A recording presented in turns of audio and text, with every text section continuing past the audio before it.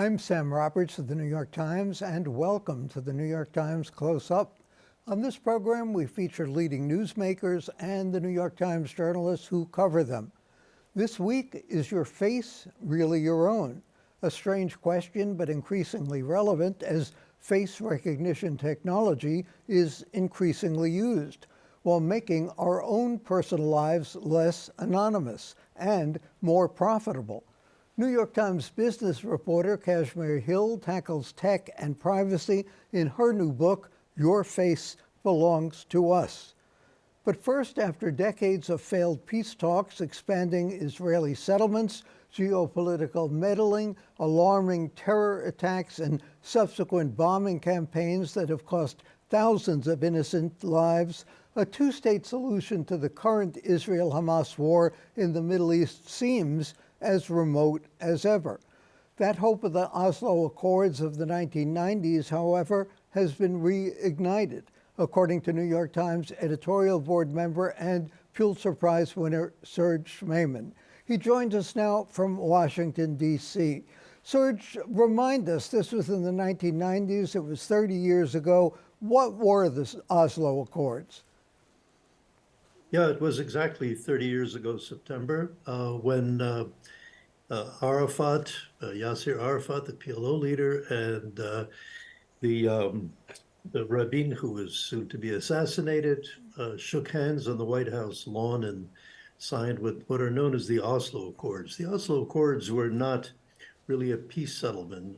They were an elaborate roadmap that set out how things should progress towards a peace settlement 5 years after that.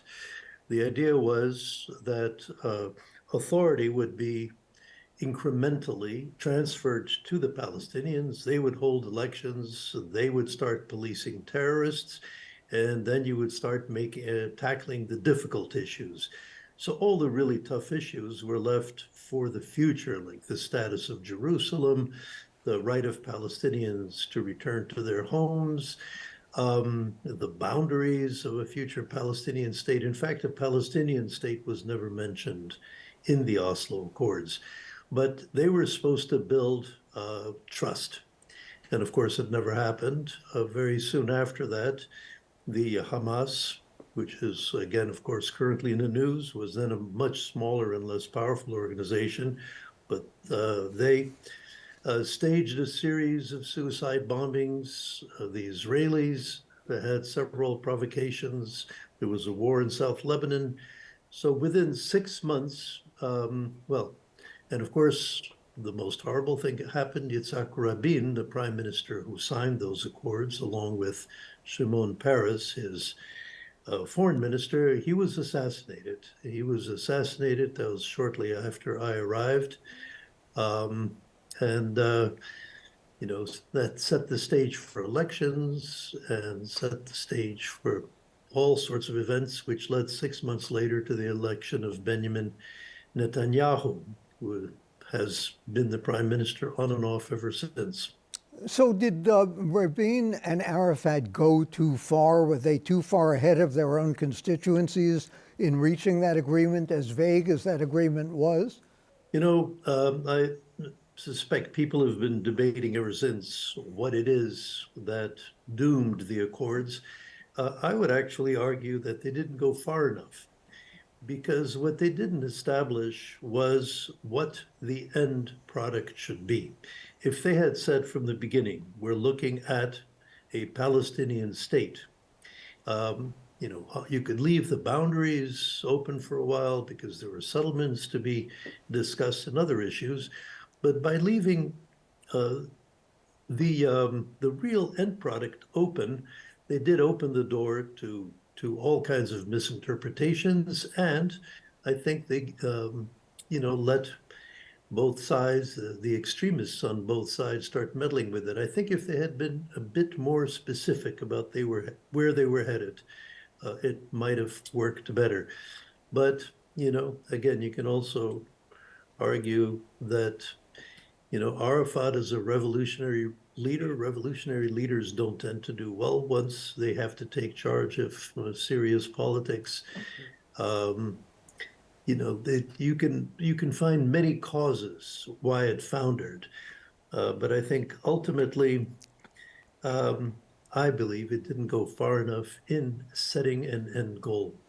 You raise a point that was true 30 years ago and certainly seems to be true now.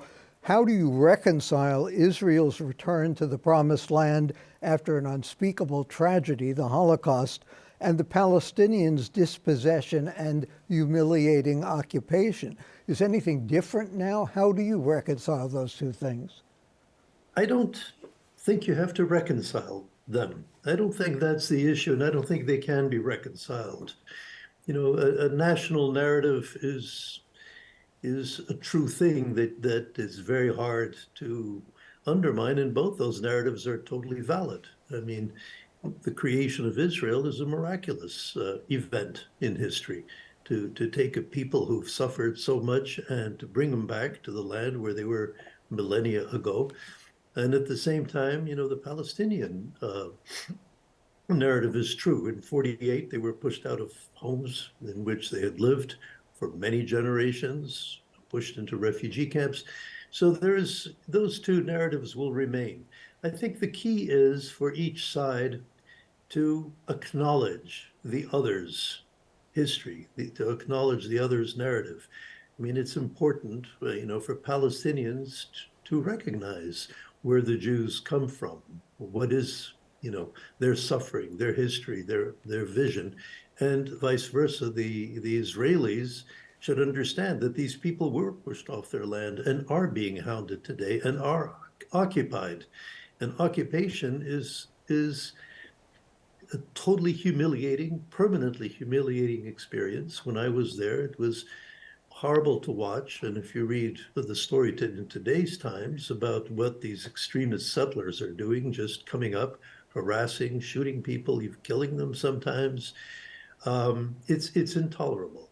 So you have, and that is something these Israelis should recognize. It's not, the question of, oh, do the Palestinians, are they capable of ruling themselves? That's not the issue. The issue is that occupation is wrong. And I think that is something that Rabin and certainly Paris recognized in their day, and many Israelis recognize today. But the peace camp that existed 30 years ago, the sort of coalition of Israelis who saw what should happen, just simply doesn't exist anymore. And that's one of the real hurdles. You wrote that Palestinians will be free only when Israelis feel secure and their security has been accepted, a security that Israelis will achieve only when the Palestinians have sovereignty. So why do you think, out of all the horrible things that are going on in the Middle East right now, there's a glimmer of hope that people will re-enlighten themselves, if you will, to a two-state solution? Well, it's one of the tragedies of that conflict, and I think of any similar conflict, that things move forward only out of tragedy. It is otherwise you fall into kind of an acceptance of things as they are, and it drops out of the news, and there's no pressure at all. I think here the United States will have a critical role. I think President Biden has done a great job of giving Israel genuine, unfeigned, and full support. And that was correct. What happened on October 7th was horrific. And I think the next step for him to say is, listen, you cannot go back to the status quo. If you can succeed in crushing Hamas, they are a radical terrorist organization, fine. But you have to give Palestinians a glimmer of hope to move to the next stage. Because otherwise, I think the risk right now is that Palestinians in the West Bank, who remain relatively quiet, Hezbollah in southern Lebanon, which has been throwing some rockets but could do a lot worse, um, you know, if they become more provoked, more angry, you could be in for a massive setback to all possibilities of reaching a peace. I think right now the United States has a major role because Prime Minister Netanyahu on his own is not a man right now who will be capable of doing what must be done when the guns fall quiet. And of course, how the guns fall quiet is also critical. You know, how much of Gaza will be destroyed?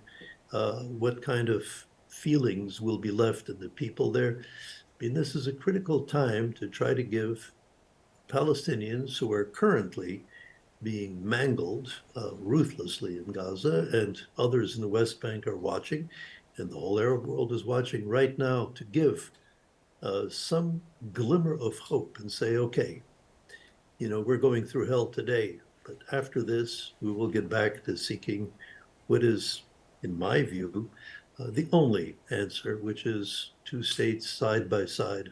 Are there enough grown-ups around to be able to do this on both sides?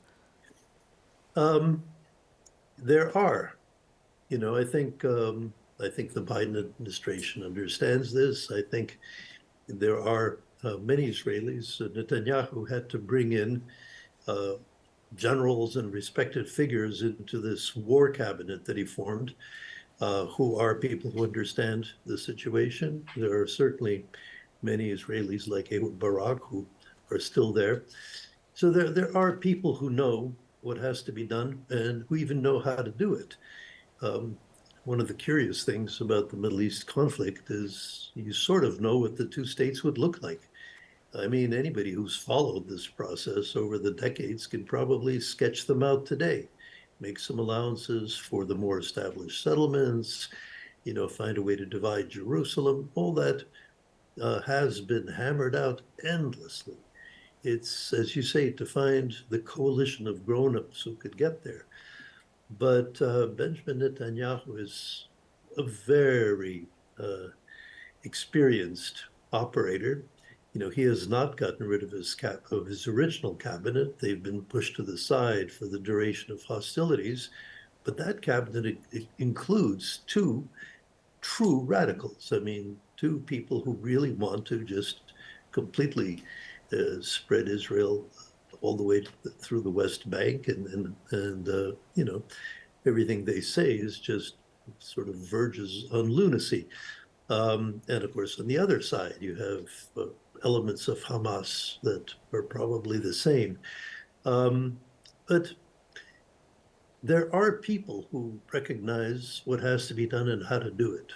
The trick is to find a way to bring them to the forefront. And I think here, this will be a major responsibility for the United States. But of course, the trouble is we're in the midst of our own private hell right now, our chaos, and I'm afraid, this will be exploited ruthlessly. I mean, to see the Congress trying to exploit this to take down the IRS, you realize how far we are from being grown-ups. One very quick last question.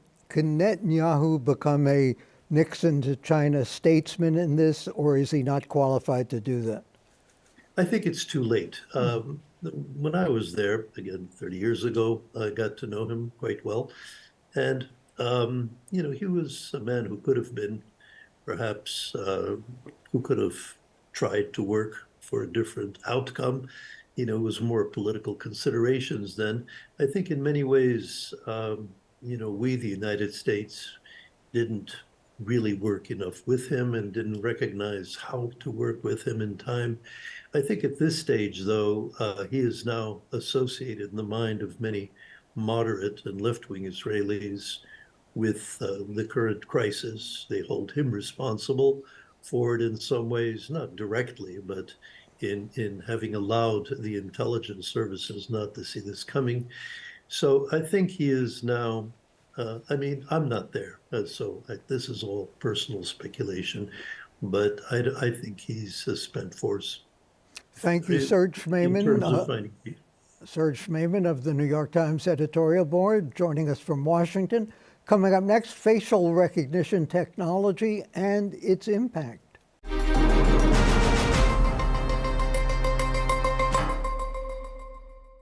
By now, we should all be pretty familiar with the benefits technology has brought to our lives, but lately, optimism in the future has given way to reality. not unlike that metaphorical frog that slowly realizes it's getting boiled in a pot of water. Now, as technology continues to advance, it often does so even beyond our means of comprehension. And at what cost? Using the current adoption of facial technology in our lives is a good example. Times business reporter Kashmir Hill distills the threat that technology poses for our world in her new book, Your Face Belongs to Us. The Financial Times calls it a riveting feat of reporting, and indeed it is. Now, I remember Oliver Sacks saying to me he suffered from a syndrome where sometimes he looked in the mirror and didn't recognize his own face. I'm terrible at facial recognition, but usually people can look at someone and vaguely know who that person is. Why is it so different if machines can do that? Well, the difference with machines is that they can remember billions of faces, whereas we human beings are limited to, if we're lucky, a few hundred, maybe a few thousand. But machines can essentially look through the whole internet and find a face everywhere where it might appear. And so what? I mean, if you have nothing to hide, what difference does that make? Well, I mean, I think we as human beings rely more on being anonymous in the world than we realize. Just in your day-to-day life, as you are walking the streets, going into stores, having dinner, having a sensitive conversation at dinner, we assume that the people around us don't know who we are unless we see somebody we know. But with the new kind of facial recognition technology that's being ushered in, where you can just take a photo of someone's face and link it to their identity, to all this information that's available about them online, it could eliminate anonymity as we know it. Kashmir, you wrote something in the Times and in the book that I found fascinating, that what's going on now from several of the new companies you talk about is not so much a technological breakthrough as an ethical breakthrough. What do you mean by that?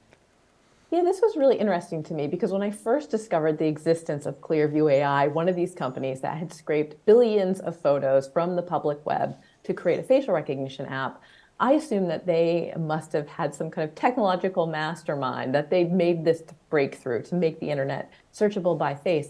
But in my reporting for the book, I discovered that big companies like Google and Facebook had both developed this technology internally, and they decided not to release it. They thought it was too dangerous.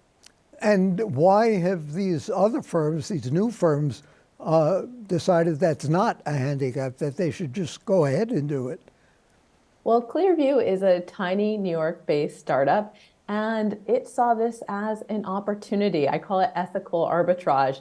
It was their advantage. They were willing to do what other companies weren't and to sell it because they were hoping to make a business out of it. Is it subject at all to any sort of regulation? At the national level, we do not have a privacy law that really applies to this, that protects our faces, our face prints. And so at the national level, they have been fine. There are some states where your face is better protected. The strongest example is Illinois. They have a law incredibly passed in 2008, one of the rare examples of the law moving faster than the technology, called the Biometric Information Privacy Act, or BIPA. And it says that companies can't use, your biometric identifiers, including your face print, without your consent or face a big fine. But it's one of the few places in the country that really has a relevant state law. Kashmir, you pointed out in the Times and in the book, too, that this is a particularly problematic issue for parents because the web and these companies can just sweep up the pictures of children and perhaps use them in nefarious ways, or they can be used by other people in nefarious ways. Yeah, I mean, this is a good and a bad thing. I've talked to child crime investigators who really value this company Clearview AI as a investigative tool because it is one of the first facial recognition databases that includes children's faces. So when they're trying to identify child victims in photos, they're sometimes able to do that. On the other hand, there are now public face search engines that would allow somebody to, for example, take a photo of your child on the playground and upload that photo and maybe to, find out who they are, find out where they live. And so that is more of a risk. I've talked to parents who have used those search engines to try to figure out, do I have public, images of my children on the internet? But they do have a fear about how strangers could use it. And actually, because of my reporting, one of the sites, one of these public face search engines, decide to block searches of children's faces. But there are still other face search engines where their faces can be searched. So what should parents do to protect their children? Well, I mean, talking to experts, a lot of experts say, don't post publicly unless you have to, unless there's some great benefit to doing so. It is really a good idea to share photos of your children, privately or on private social networks, because what's happening right now is these AI companies in general, but particularly these face search engines, they're looking through the public web. And so if you can refrain from having public photos of your children, then they wouldn't be findable. And when you get those kind of waivers from your school, from your daycare center that say, can we post photos of your children? Feel free to say no. And define for us the public sites. What about Facebook, Instagram, TikTok? I mean, which of these are public versus private? Well, it depends on your settings. And so some of these companies are scraping any photos that are public. So if you have an account on Instagram or you have an account on Facebook and it's set to public, where anyone can view it, that means that these companies can see that. They're also scraping many other sites, educational sites, employment websites. They're scraping millions of websites looking for faces. So in general, if you don't see a benefit to posting publicly, it is a good idea to choose private settings. How do you reconcile this technology, which, as you say, has been around for a while, the dangers of it or the potential dangers, with the potential good effects of it, as you say, in solving crimes and other things? I think it's complicated, and I think that we need to figure out what we want our society to look like. That we should decide, not let the technology decide for us. And so, yes, I mean, I think there are benefits to using facial recognition technology to solve crimes, but I think we should limit it so that it's not just everywhere and ubiquitous, on all the surveillance cameras tracking us all the time. I think that everybody is in favor of solving, murders or assaults with facial recognition technology, but don't want it to be used to identify protesters or to suppress our civil liberties. And so I do think we need to find the balance. It's important to do it now because the technology has advanced so much in recent years. I'm not a technological expert by any means, but is it beyond our capacity to regulate, much less control? We have faced this, problem many times in the past where technology advances and then we come up with rules to restrain it. As one ACLU historian put it to me, we have these surveillance cameras all around the country that are recording us all the time, but only our images and not our conversations, because we did pass laws years ago to regulate the conversational privacy and to make it illegal to secretly record people's voices. And so I do think we can do the same thing with facial recognition technology and set rules for how it's allowed to be used. In terms of the ethics of it, when Madison Square Garden bars certain lawyers who have litigated against it from going to the garden, what's the difference between doing that on the basis of facial recognition technology and someone just standing at a turnstile saying, hey, I recognize you? Yes, so I think it would be hard for a security guard to memorize, thousands of lawyers' faces and pick them out of this huge crowd when you have thousands of people streaming in. Whereas a facial recognition camera can do that very quickly. I actually went to Madison Square Garden with one of the lawyers who was on this ban list because she works for a firm that has sued the garden. And I mean, we walked through the door and she was identified within 30 seconds and asked to leave. And so it's just very fast. And in terms of the law being able to regulate this, Madison Square Garden also owns a theater in Chicago, but they do not use facial recognition technology to ban lawyers from that venue, because if they did, it would violate that law in Illinois, the Biometric Information Privacy Act. So laws can work, and we can set guardrails for how this technology gets used. Quickly, we seem to have lost privacy. Have we lost anonymity as well?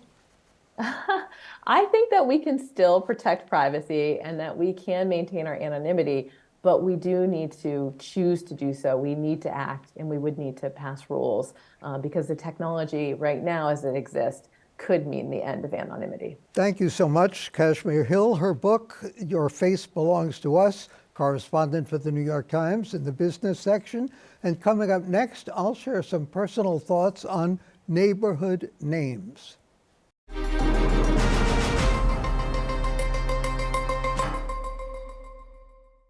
There's an extremely detailed map of New York City neighborhoods this week at nytimes.com.